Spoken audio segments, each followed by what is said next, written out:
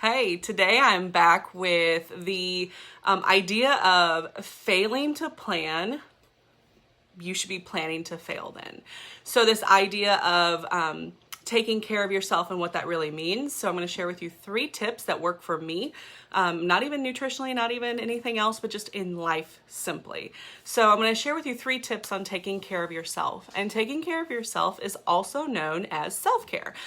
Now, self-care is simply tasks or doing things to help you or help make life a little easier.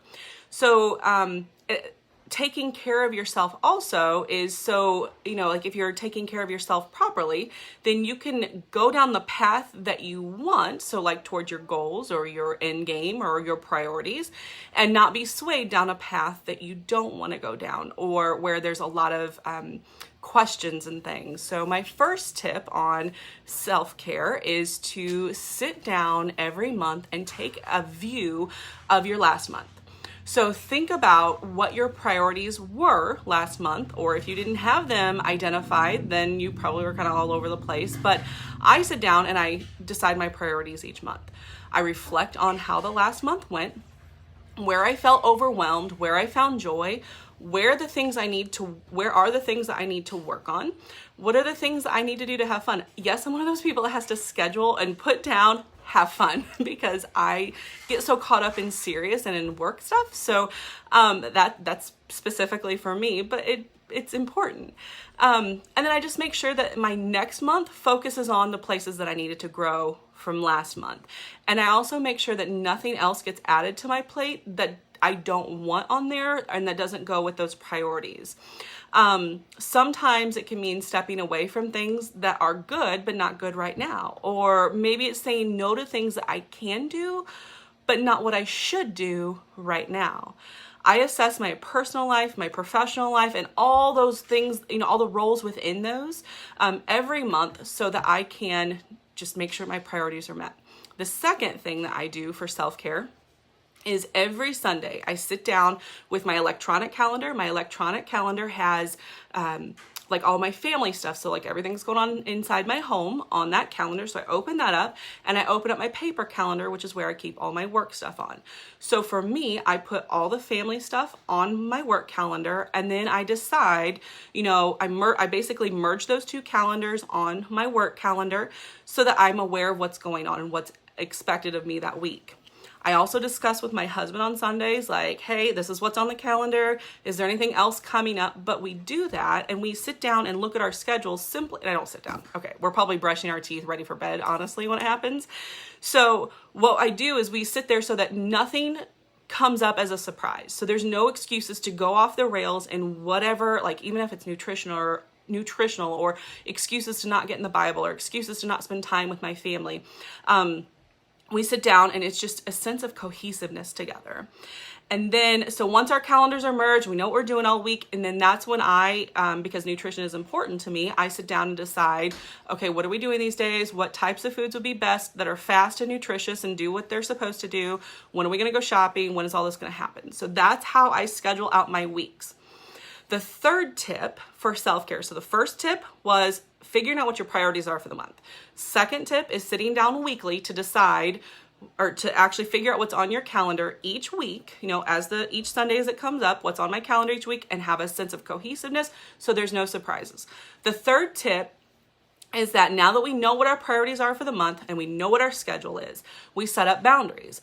Well, boundaries is kind of like a popular term and it's kind of like common and going on right now, but I want you to know that boundaries are what boundaries really are. So for example, for the month of August, my priorities are my relationship with God, my husband, and my kids. The next one is homeschooling. That's my next priority. I love my job and so my work is a priority because I have an obligation to people and I love it. And I want to grow that and foster that. And then the other thing that I have on my calendar or my priorities for this month is engaging in friendships I've kind of like not done well with. I'm not a great friendship of just like reaching out to people. So this month I want to focus on just reaching out to some of the people I haven't talked to. So those are my priorities for this next month. And they're all good priorities and they're things that I want to focus on. So when we think of boundaries, boundaries are simply a protection. So I want you to think of a fence, okay? Just a fence. When we know as a culture and as a people that when we look at a house, when we're walking past in our neighborhoods and we see a house with a fence, we know that the fence shows what they consider to be their property versus what they allow the public to be on, versus the public where you can go safely. Like if you throw a ball in a fence, you go to the door and ask permission to get in that fence. But if you throw the ball on the lawn outside of the fence, you don't ask permission, right? You don't ask permission. Nobody questions this. We don't think that there's anything wrong with that. We don't judge the people with the fence for them, for staking out their property. We don't shame them. We don't manipulate them. We don't tell them that what they're doing is wrong. We don't tell them what they're doing is right. We don't control them. We're not trying to do anything about it. We just accept it for what it is and we walk past, right? Or we follow the protocol and we understand that that is their property line. Same with our personal boundaries. When we say these are our priorities, okay? When we say like whatever your priorities are for the month, when we say these are priorities, these are what has to be done on my calendar for the week. When we say those, we mean for now or forever, whichever it is, that is us staking out our property. That this is where I end and this is where you begin. This is where I say that I no longer accept this responsibility anymore and I'm going to stop. I'm going to be in control of who I am and what my decisions are and what my priorities are, my calendar. Everything stops, okay? So I want you to just think about those things, about 1, figuring out what your priorities are for the month. 2, I want you to think about your weekly schedule, what is going on, find a cohesive, find something that just makes you feel put together and what you can expect. So when surprises or unexpected things do pop up, you can either say no firmly and say, okay, this isn't a priority right now. I don't want to do it. And that's fine. Or you can say, yes, this goes with my priorities. This would be a benefit to my life. Or you also don't have like the last minute, oh crap, I forgot such and such was happening. You don't have that when you plan ahead. And the third tip I said was to stick up for yourself. Keep boundaries with yourself. And the person that's going to drop your boundaries is probably you. So stick up for yourself. Make sure your priorities are worth it. Make sure your schedule is worth it and you won't have a hard time.